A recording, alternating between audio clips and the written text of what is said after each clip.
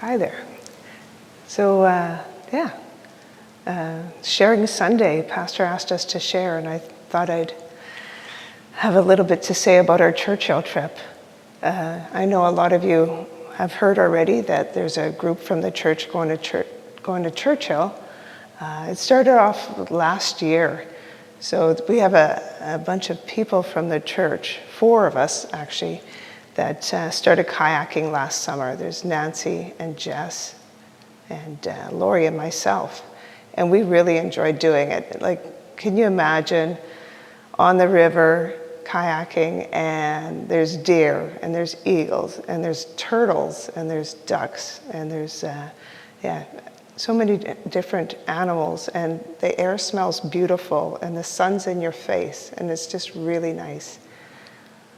And then I'm thinking some poor sap is sitting in a gym on a rowing machine smelling sweat. And I just think our God is so good. So that was our hobby.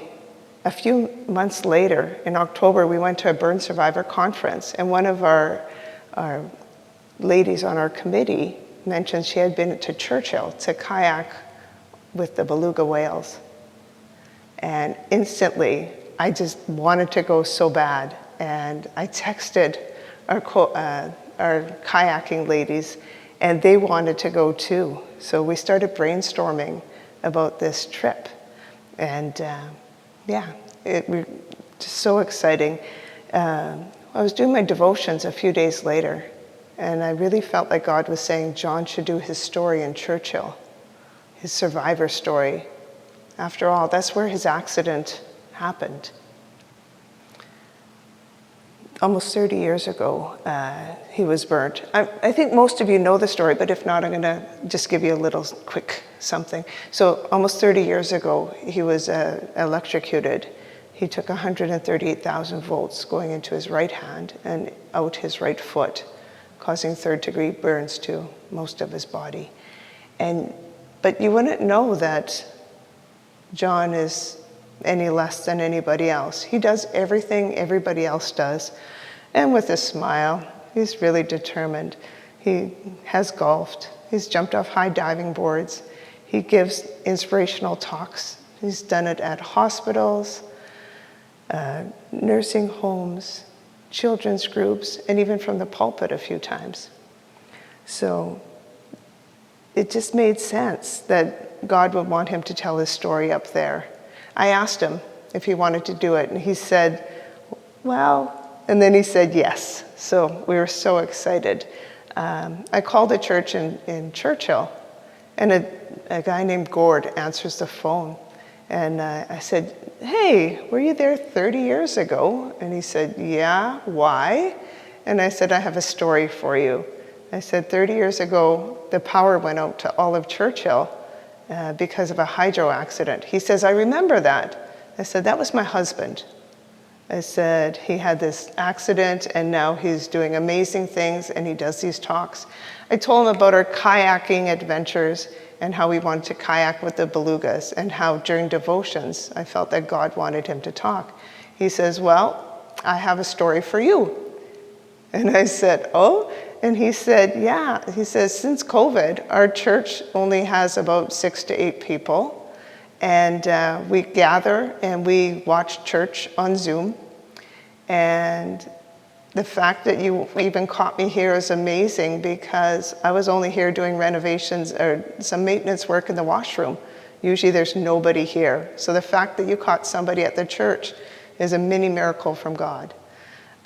So we talked for a bit, and he said John should definitely do his story, but not at the church. He should do it at the theater, at the Complex Theater, for the whole town. And so that was great. I gave him John's number, and they talked a little bit. And then everything started to happen. Like, God just put everything into place. So he opened the doors. So this gentleman, Gord, he happens to own 2 bed and breakfasts in Churchill, and they said they'd give us a deal. So instead of $185 a night, it's $100 a night per person, which is super cheap for up there. My brother-in-law, ex-brother-in-law, He's a tour guide. He's taken us on tours. We've had so many things happen. And yeah, I came to church and I was all excited. And I mentioned it to Walter. And Walter said, we'd like to come. We could do music. And it's like, okay. So now John's going to do a story. It's going to be in the theater. There's going to be music. And then after, Walter said, I have a friend who plays guitar and sings. And his wife actually does kids' stories and works in children's ministry. Can they come? It's like, whatever. I'm open to whatever God leads us to.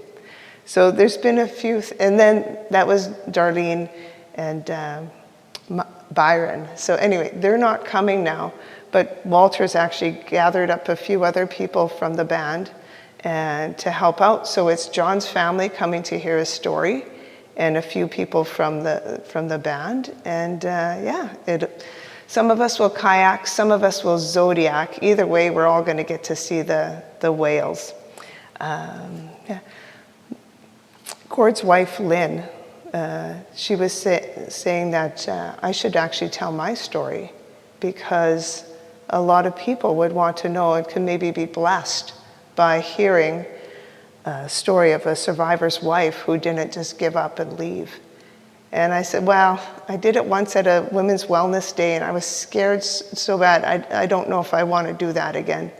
She says, remember what happened with Jonah? And I said, what? She says, if you're supposed to tell your story and you refuse, I don't know if that's a good idea. She said, but the beluga's whales' mouths are much smaller than in that story, so you are safe. But anyway, so we decided I'm going to tell my story too. So now we have John's story, and we have music, and we have my story, and now I'm going to do a speed painting. There's a lot of stuff going on. So we have 17 of us are going, and I just want to encourage everybody. When God speaks, you should listen. I don't know if you guys all do your devotions each day in the morning, afternoon, evening, but I encourage you guys to be reading and praying, because when you do, God's going to speak to you, and he's going to tell you to do things that may scare the heck out of you, but if you do it, God will bless you and your family and your church, and he will bless the people you talk to. I guess I'm almost done. So I guess I could ask you guys, for this trip, we can use a little bit of support. We're going to be having a potluck with the church there, and possibly a dessert afternoon on the Sunday. So I'm wondering if any of you who like to bake would be interested in baking stuff for us to take along that would travel well. Now, I'm not a baker, so I don't know what that means. Maybe that means cookies, maybe that means loaves. I don't know. The bakers in our group can decide. If you want to send something, that would be great. And then, of course, you could pray for us.